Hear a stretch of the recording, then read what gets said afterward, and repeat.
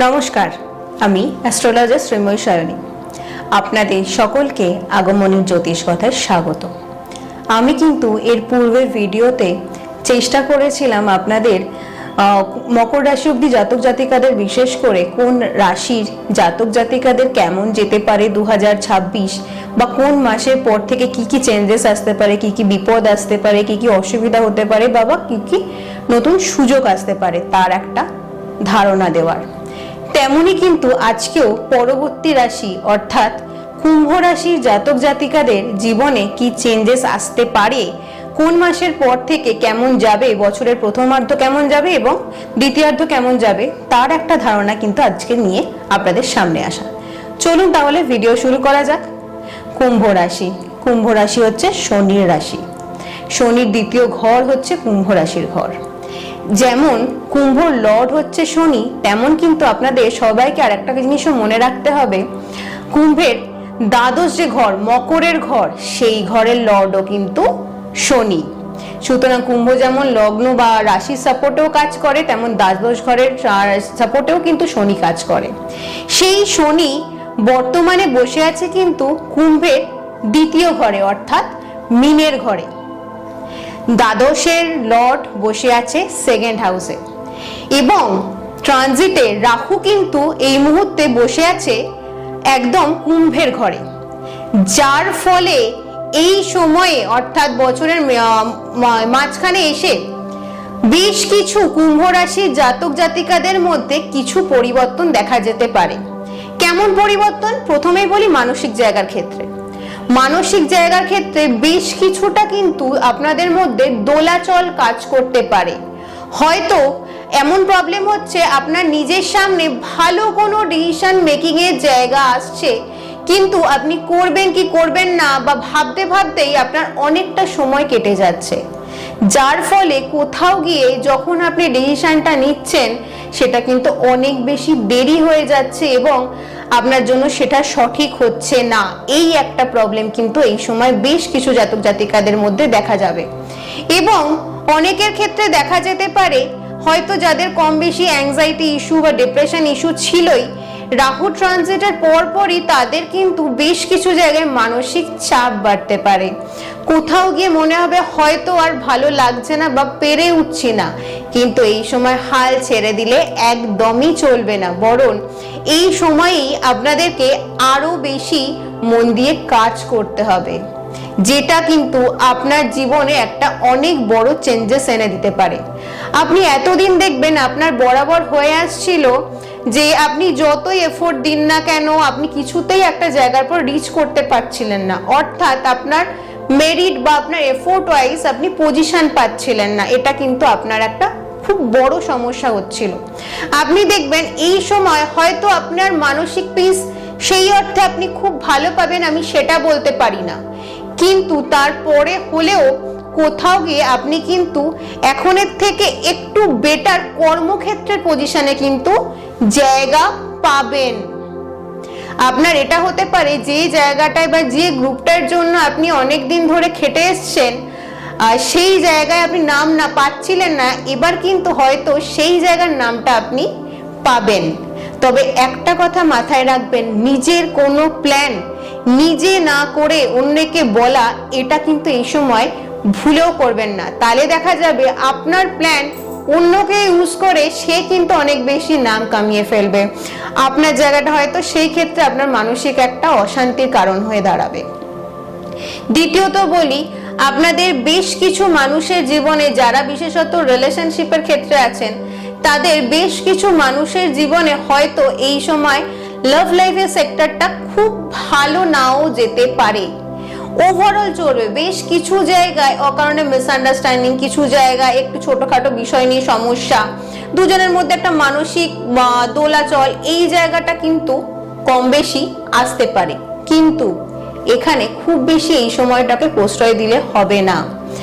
আমি যদি বলি 2026-এ জুন মাস থেকে সেপ্টেম্বর মাস পর্যন্ত বিশেষত এই সময়টা নিজেকে আপনাদের ভীষণভাবে ঠান্ডা রাখতে হবে। এই সময়ে খুব বেশি বড় কোনো ডিসিশন রিলেশনশিপের ক্ষেত্রে নেবেন না। অল্প কোনো প্রবলেম হলেও সেটাকে চেষ্টা করবেন যতটা কমের মধ্যে দিয়ে সর্ট আউট করা যায়, যতটা নিজেদের মধ্যে সর্ট আউট করা যায়, অন্য কোনো ব্যক্তিকে ঢুকতে না দেওয়া, এই বিষয়গুলো কিন্তু কম বেশি একটু চেষ্টা করবেন। এগুলো আপনাদের ক্ষেত্রে ভীষণভাবে দরকার পড়বে। অনেক ক্ষেত্রে এরকম হতে পারে আপনাদের গুরু স্থানীয় কোনো মানুষ হয়তো আপনাদের মধ্যে ঢুকে সেই জায়গাটা কিন্তু একটু প্রবলেম ক্রিয়েট করতে পারেন। সেই জায়গাটা কিন্তু আপনাদের দুজনকেই বুঝতে হবে। এটা শুধুমাত্র রিলেশনশিপের ক্ষেত্রে নয়, এটা কিন্তু অনেক ম্যারিড পার্সনদের ক্ষেত্রেও এটা কিন্তু এই মুহূর্তে দাঁড়িয়ে অ্যাপ্লিকেবল। এটা একটু মাথায় রাখবেন, তাতে কিন্তু আপনাদের অনেক প্রবলেম সর্ট আউট হতে পারে। সুতরাং এই দিকটায় একটু নজর দিতে হবে। অন্যদিকে আসি শারীরিক ক্ষেত্রে। কুম্ভ রাশির জাতক জাতিকাদের সবার প্রথমে আমি আগেই কাজকর্মের ক্ষেত্রে বলার সময় একটা কথা বলেছিলাম, অনেক জায়গায় কিন্তু মানসিক হতাশা বা ডিপ্রেশন বাড়ার একটা প্রবণতা থাকছে। সেই জায়গাটা যতটা পারুন একটু মেডিটেশন করুন। সারাদিনে যদি না পাচ্ছেন, রাত্রে ঘুমানোর সময় হলেও 5 মিনিটের জন্য হলেও মেডিটেশন করুন। খুব ভালো এফেক্ট দেবে আপনার মেন্টাল হেলথকে ঠিক রাখতে। কারণ এই সময় কিন্তু বেশ কিছু জায়গায় আপনার মানসিক হতাশা, ডিপ্রেশন, অ্যাংজাইটি এগুলো কিন্তু কম বেশি বাড়তে পারে। সেই জায়গাটা কিন্তু একটু মাথায় রাখবেন, মাথায় রেখে এগোবেন।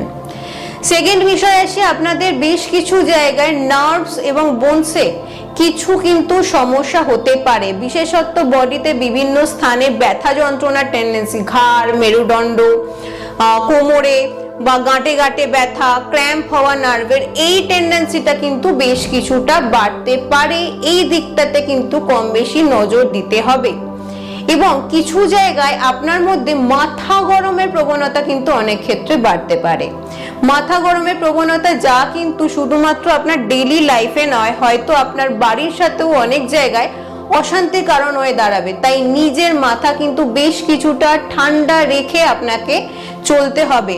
হুট করে কোনো মানুষকে রাগের মাথায় কথা বলে দিলাম, সেটা করলে কিন্তু হবে না। যদিও কুম্ভ রাশি জাতক জাতিকা একটু চাপা হয়, নিজের মধ্যে অনেক কথা রাখতে পছন্দ করেন, কিন্তু এই সময় চট করে ইরিটেট হলে কিন্তু চলবে না। একটু মাথায় রেখে কাজ করতে হবে। দ্বিতীয়ত আসি, আরো কিছু সমস্যা দেখা যেতে পারে। আরো কিছু সমস্যা বলতে বিশেষত একটা অ্যাক্সিডেন্টাল প্রবণতা কিন্তু এই সময় থেকে যাচ্ছে। যারা 2 হুইলার ইউজ করেন তারা বিশেষত একটু সাবধানে থাকবেন, যাতে চট করে এই ধরনের কোনো প্রবলেমে আপনাকে পড়তে না হয় বা হঠাৎ কোনো চোট বা আঘাতে যাতে পড়তে না হয়। এই বিষয়টা কিন্তু ভীষণভাবে অ্যালার্ট থাকবেন। কোনো প্রবলেম দেখলে সেখানে কিন্তু একটু ডক্টর কনসাল্ট করবেন। শারীরিক কোনো অসুবিধাতে একটু ডক্টর কনসাল্ট করবেন, ফেলে রাখবেন না। যারা দীর্ঘদিন নার্ভের কোনো রোগের মেডিসিন খাচ্ছেন তারা কিন্তু পারলে এই সময় ডক্টরের সাথে একটু কনসালটেশন করবেন। কারণ এটা হতে পারে আপনার মেডিসিনের কোনো গোলযোগ দেখা যেতে পারে, হয়তো আপনার মেডিসিনটা এই সময় চেঞ্জ করার দরকার হতে পারে। সেই ক্ষেত্রে কিন্তু একটু মাথায় রেখে এগোবেন, যাতে আপনাদের সেই জায়গাটায় কিন্তু বিশেষ খুব একটা প্রয়োজন না হয়। আশা করছি আমি কম বেশি ওভারঅল আপনাদের একটা শারীরিক দিকে ধারণা দিতে পারলাম। পরবর্তী আসি পড়াশোনার ক্ষেত্রে। স্টুডেন্ট রয়েছেন যারা বিশেষত ক্লাস 10-এর মধ্যে যাদের পড়াশোনা চলছে, তাদের ক্ষেত্রে একটু বলবো এই সময় কিন্তু এই বছরটাতে, সেটা বছরের প্রথমার্ধে বলুন বা শেষের দিকে বলুন, যেটাই বলুন না কেন, এই বছরটা কিন্তু তুলনামূলক পড়াশোনার ক্ষেত্রে একটু বেশি নজর দেওয়া প্রয়োজন। না হলে কিন্তু আপনার অনুপাতে পড়াশোনার জায়গা কিন্তু আপনার ম্যাচিওর নাই হতে পারে। হয়তো 2রা জুনের পর থেকে যখন বৃহস্পতি ট্রানজিট হচ্ছে, তারপর থেকে তুলনামূলক বেটার জায়গা হলেও কোথাও গিয়ে কিন্তু আপনার মেরিট ওয়াইজ হওয়ার সম্ভাবনা ভীষণ কম থাকছে। সেই বিষয়টাতে কিন্তু অ্যালার্ট থাকুন, সেই বিষয়টাতে একটু ফোকাস করে কিন্তু আপনাদের এগোতে হবে। এবার আসি, যারা ধরুন ক্লাস 11 থেকে বা কলেজ স্ট্যান্ডার্ড অবধি যারা পড়াশোনা করছেন, গ্র্যাজুয়েশন অবধি যারা পড়াশোনা করছেন, তাদের ক্ষেত্রে একটা কথা বলবো, আপনাদের ক্ষেত্রে কিন্তু ওভারঅল একটা চান্স থাকছে মিডিয়াম রেজাল্ট হওয়ার। সেদিকের বিষয়টা হচ্ছে কোথাও গিয়ে আপনার সিচুয়েশনটা এরকম হবে, বিশেষত আপনার পারিবারিক কারণে আপনার মাথাটা হয়তো অন্য কোনো দিকে ব্যস্ত থাকবে, যেটা কিন্তু আপনি ফোকাস করতে পারবেন না। সেটার কিন্তু একটা পারিবারিক কারণে কিন্তু এই স্ট্যান্ডার্ড স্টুডেন্টদের কিছু কম বেশি সমস্যা হতে পারে। সেই বিষয়ে কিন্তু একটু নজর রাখা প্রয়োজন। আশা করছি আমি আপনাদের যারা স্টুডেন্ট রয়েছেন তাদের ক্ষেত্রেও কম বেশি কিন্তু একটা ধারণা দিতে পারলাম। আমি যতটা বললাম সব ক্ষেত্র মিলিয়েই তার মধ্যে যদি কোথাও কারোর কোনো কোয়েশ্চেন থাকে আপনারা আমাকে কিন্তু সেটা জিজ্ঞাসা করতে পারেন। আমি চেষ্টা করে রাখলাম একটা ওভারঅল আপনাদের বলে রাখার, তারপরেও যদি কোনো নির্দিষ্ট কোয়েশ্চেন থাকে আমাকে জিজ্ঞাসা করতে পারেন, আমি চেষ্টা করব আপনাদের উত্তর দেওয়ার। নমস্কার, সকলে খুব ভালো থাকুন, দেখা হবে পরবর্তী ভিডিওয়ে।